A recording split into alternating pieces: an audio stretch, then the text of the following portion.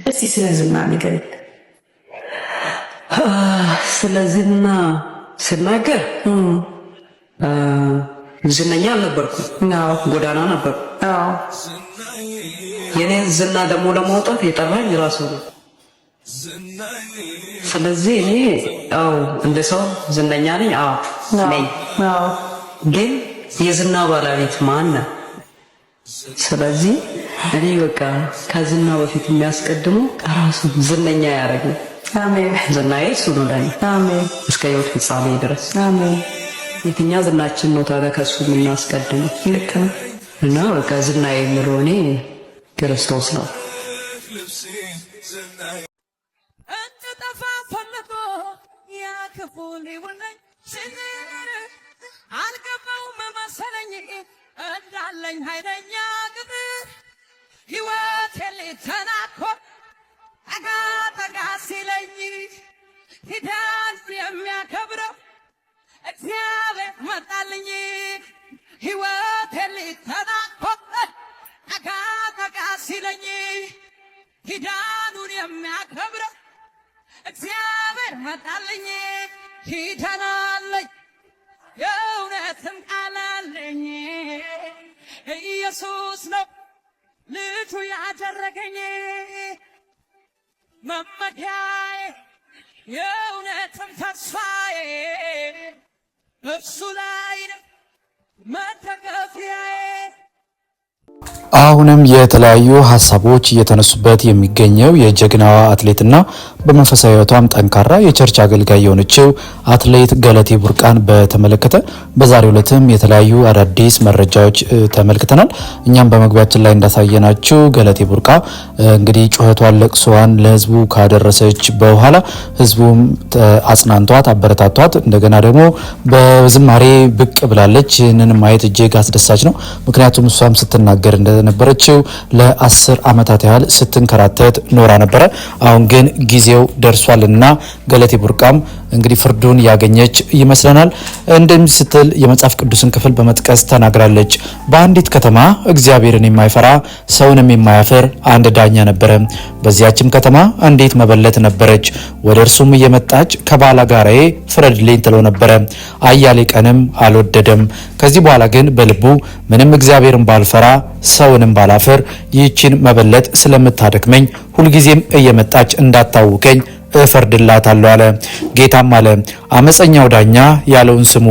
እግዚአብሔር እንኪያስ ቀንና ሌሊት ወደ እርሱ ለሚጮሁ ለሚታገሳቸው ምርጦቹ አይፈርድላቸውምን የሚለውን የሉቃስ ወንጌል ምዕራፍ 18ን ክፍል እንግዲህ ገለቴ ቡርቃ በፌስቡክ ማህበራዊ ገጿ ላይ ይፋ በማድረግ የጩኸቷን እግዚአብሔር እንደሰማና እሷም ወደ ሚዲያ ከመውጣቷ በፊት እንደተናገረችው ጩኸቴንና ለቅሶዬን በጸሎት ለእግዚአብሔር ነበር የምነግረው፣ አሁን ግን ይሄው ፍርዱ ሊገለጥ ነው መሰለኝ ብላ ነው ከዛም ወደ ሚዲያ የወጣችው። እግዚአብሔር አላሳፈራትም። ይሄው እንግዲህ ካለችበት ሁኔታ ወጥታ በሳቅና በፈገግታ ታጅባ አይተናታል። አሁንም ደግሞ የልፋቷን የላቧን ውጤት ደግሞ ድጋሜ እግዚአብሔር በእጇ ላይ አስገብቶ እሷም በክብር ቆማ እንደምናያት በጣም እርግጠኞች ነን። ወደሚቀጥለው መረጃችን ስንሻገር ደግሞ ወጣቷ በቅርቡ ህልፈቷ ከተሰማ በኋላ ብዙዎቻችንን ልብ የሰበረችው ቀነኒ አዱኛን ህልፈት በተመለከተ በትናንትናው ዕለት ከእስር የተፈታው አንዱዓለም ጎሳ በተመለከተ በተለያዩ ማህበራዊ ሚዲያዎች ላይ የተለያዩ ሀሳቦች እየተነሱ ይገኛሉ። ከዚህ ጋርም ተያይዞ አባት ያነሱት ሀሳብ ደግሞ የብዙዎችን ልብ እየሰበረና ትኩረትን የሳበ ነበረ። እስቲ ስለዚህ ጉዳይ ጥቂት እንንገራቸው። በእጮኛው ቀነኒ አዱኛ ሞት ተጠርጥሮ በእስር ላይ የነበረው አንዱዓለም ጎሳ ላይ አቃቢ ህግ ክስ ባለመመስረቱ በዋስ መለቀቁን በዛሬው ዕለት የተሰማ ሲሆን ጠበቃው ሊበን አብዲም ለቢቢሲ ይህንን ተናግረዋል። ከእጮኛው ሞት በኋላ ለ3 ወራት በእስር ላይ የቆየው አንዱዓለም ጎሳ በ50 ሺህ ብር ዋስ ማክሰኞ ማለትም በትናንትናው ዕለት መፈታቱ ተረጋግጧል። የህግ ባለሙያው ለቢቢሲ እንደገለጹት ላለፉት 3 ወራት ክሱ በፍርድ ቤት ሲታይ የነበረው አንዱዓለም ጎሳ ላይ አቃቢ ህግ በሰጠው ጊዜ ክስ ባለመመስረቱ በዋስ እንዲፈታ ፍርድ ቤቱ ብያኔ አስተላልፏል ብለዋል። ባለፉት ጥቂት ወራት ፖሊስ ምርመራዎችን ሲያደርግ የቆየ ሲሆን ግንቦት 15 2017 ዓ.ም ምርመራውን አጠናቆ ጉዳዩን ለአቃቢ ህግ አስተላልፏል።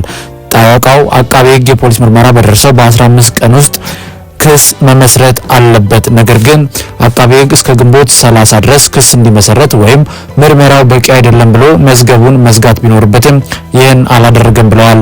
አቃቤ ሕግም የፖሊስ ምርመራ በደረሰው በ15 ቀን ውስጥ ክስ ካልመሰረተ ከሕግ ውጪ ታስሯል ተብሎ ስለሚታሰብ የደንበኛቸው አካልን ነጻ የማውጣት ጥያቄ እንዲከበርላቸው ጠበቃው ለፍርድ ቤቱ መጠየቃቸውን ገልጸዋል። ፍርድ ቤቱም የተጠርጣሪውን ጥያቄ ተመልክቶ አንዱዓለም ጎሳ በዋስ እንዲፈታ ብያኔ መስጠቱ ተነግሯል። የሙዚቀኛው በዋስ የመፈታትን ውሳኔ በተመለከተ የሟች ቀነኒ አባት አቶ አዱኛ ዋቆ ልጄን ለሁለተኛ ጊዜ ነው የገደሏት ሲሉ ለቢቢሲ ተናግረዋል። እስከዚች ሰዓት ድረስ ፖሊስም ሆነ አቃቤ ሕግ እዚህ ላይ ደርሰናል ብለው በግልጽ የነገሩን ነገር የለም። እንዲሁ በብላሽ 3 ወራት ነግዷል። የልጃችንን ደምም እውነትም አላገኘንም። ልጄን ለሁለተኛ ጊዜ ነው የገደሏት ብለዋል። ከዚህ በኋላ ምን እንደሚያደርጉ ቢቢሲ ላቀረበላቸው ጥያቄም ሕግ ውስብስብ ነው። አቃቤ ሕግ የሚለውን አይተን ለአምላክ እንሰጣለን። እንደ ሰው የምንለው ነገር የለም። ቀነኒ ፍትህ እየተነፈገች ነው። ከጅምሩ አንስቶ የነበረ ነው። እኛን ለማርከም እስካሁን አቆዩን እንጂ ሊለቁት ከፈለጉ ቆይቷል ብለዋል። አክለውም በዚህ አካሄድ እንሞክር ብለን እንጂ ፍትህ እናገኛለን ብለን አናስብም። ከእሷ ደም የልጁ ታዋቂነት ይበልጣል ብለው ለቢቢሲ ተናግረዋል። ሞዴል እንደዚሁም የማስታወቂያ ባለሙያ የነበረችው ቀነኒ አዱኛ መጋቢት 1 2017 ዓ.ም ሌሊት 10 ሰዓት አካባቢ ከእጮኛዋ ጋር ከሚኖርበት ውዳሴ ከተሰኘው ህንጻ 5ኛ ፎቅ በረንዳ ላይ ለጊዜው ምንነቱ ባልታወቀ ሁኔታ መውደቋ ለህልፈቷ ምክንያት መሆኑን ፖሊስ አመላክቷል።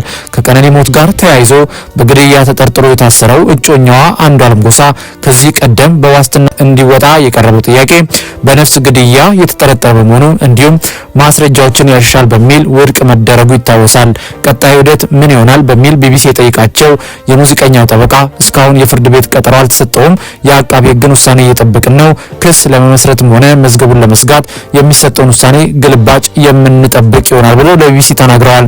የቀነኒ አባት አቶ አዱኛ ዋቆ ከዚህ ቀደም ከቢቢሲ ኦሮምኛ ጋር ባደረጉት ልዩ ቃለ ምልልስ ልጃቸው ከፎቅ ወድቃ ሞታለች ብለው እንደማያምኑ ተናግረው ነበረ።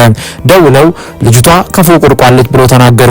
ልጅቱ ከፎቅ ላይ አትወድቅም፣ የተረጋጋች ለለውጥ የምትሰራ ራሷን የምትቀይር ቤተሰቧን ለመለወጥ የምትተጋ ስለ ነገ ታስባለች።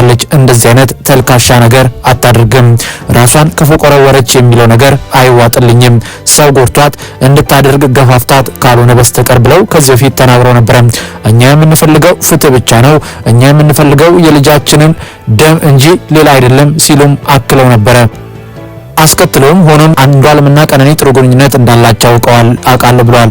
በምዕራብ ሐረርጌ ዞን ዳሮ ላቡ ወረዳ በሚጨታ ከተማ የተወለደችው ቀነኒ ከልጅነቷ ጀምሮ በትምህርቷ ጠንካራ እንደነበረች የህይወት ታሪኳ ያስረዳል።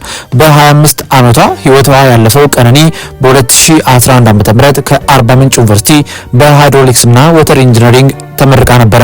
ከዚያም በኦሮሚያ ውሃና ኤነርጂ ቢሮ ለተወሰነ ጊዜ ሰርታለች። ቀነኒ እንደምንሰማውና ብዙዎቻችን እንደተመለከትነው በሞዴሊንግ በማስታወቂያና በመዝናኛ ስራዎቿ ትታወቃለች። ህልፈቷም የተሰማ ጊዜ እንግዲህ የብዙዎቻችን ልብ ተሰብሮ ፍትህ ለቀነኒ እያለን ነበር። ነገር ግን እንግዲህ ከህግ በላይ ምንም ማድረግ አይቻልም። በዛሬው ዕለት በተሰማ መረጃ እጮኛዋ የነበረውና ይህንን የግድያ ወንጀል ፈጽሟል ተብሎ ተጠርጥሮ በእስር ላይ የቆየው አንዱዓለም ጎሳ በትናንትናው ዕለት በ50 ሺህ ብር ዋስ መፈታቱ ተሰምቷል። ይህም ዜና በተለያዩ ሶሻል ሚዲያዎች ላይ ከተዘዋወረ በኋላ የተለያዩ ሰዎች ሀሳባቸውን ሲሰጡ የተመለከትን ሲሆን አንዳንዶቹ እንዴት ሊሆን ይችላል ፍትህ የለም እንዴ ያሉ ሲጠይቁ፣ አንዳንዶች ደግሞ ከህግ በላይ ምንም ማድረግ አንችልም፣ ህግ የወሰነውን ነገር ላይ ሀሳብ መስጠት አይቻልም ሲሉ ሀሳባቸውን ሲሰጡ ተመልክተናል። ውድ የይሁ ሚዲያ ቤተሰቦች በዛሬው ፕሮግራማችን በደስታና አምልኮ የመጣችው ከሰሞኑ እጅግ አስቸጋሪ ሁኔታ ውስጥ የነበረችው በአገልግሎቷ በመንፈሳዊቷ ጠንካራ የነበረችው ጀግናዋ አትሌት ገለቴ ቡርቃ በመዝሙር መመለሷን የሚያሳይ እንደዚሁም ደግሞ ከእጮኛው ሞት ጋር ተያይዞ ተጠርጥሮ በእስር ላይ ስለቆየው አንዱዓለም ጎሳ ከእስር መፈታትን አስመልክተን ያቀርብላችሁ አጠር ያለ መረጃ ይህን ይመስል ነበር። ስለተከታተላችሁን እጅግ አድርገን እናመሰግናለን። በፕሮግራማችን ላይ ያላችሁን ማንኛውንም አስተያየት ልትሰጡን ትችላላችሁ። እኛም ደግሞ እናንተ ብትሰሟቸው ብታውቋቸው ያልናቸውን አዳዲስ መረጃዎች ለእናንተ የምናቀርብ ሲሆን የምንለቃቸውን ቪዲዮዎች ላይክ እና ሼር በማድረግ እንደዚሁም ቻናሉን ሰብስክራይብ በማድረግ ቤተሰብ እንድትሆኑ እየጠየቅን እናንተም አምናችሁና ፈቅዳችሁ ከ19000 በላይ ሰብስክራይበርስ እንድንደርስ ስላገዛችሁን ምስጋናችን ላቅ ያለ ነው። በሚቀጥለው እናንተ ብትሰሟቸው ብታውቋቸው ባናቸው አዳዲስ የመንፈሳዊ ዘርፍ መረጃዎች እንደዚሁም ቁም ነገር የያዙ ጉዳዮች እስከምንገናኝ በያላችሁበት የጌታ ሰላምና ፍቅር ከሁላችሁ ጋር ይሁን እያለን በዚሁ ተሰናበትን።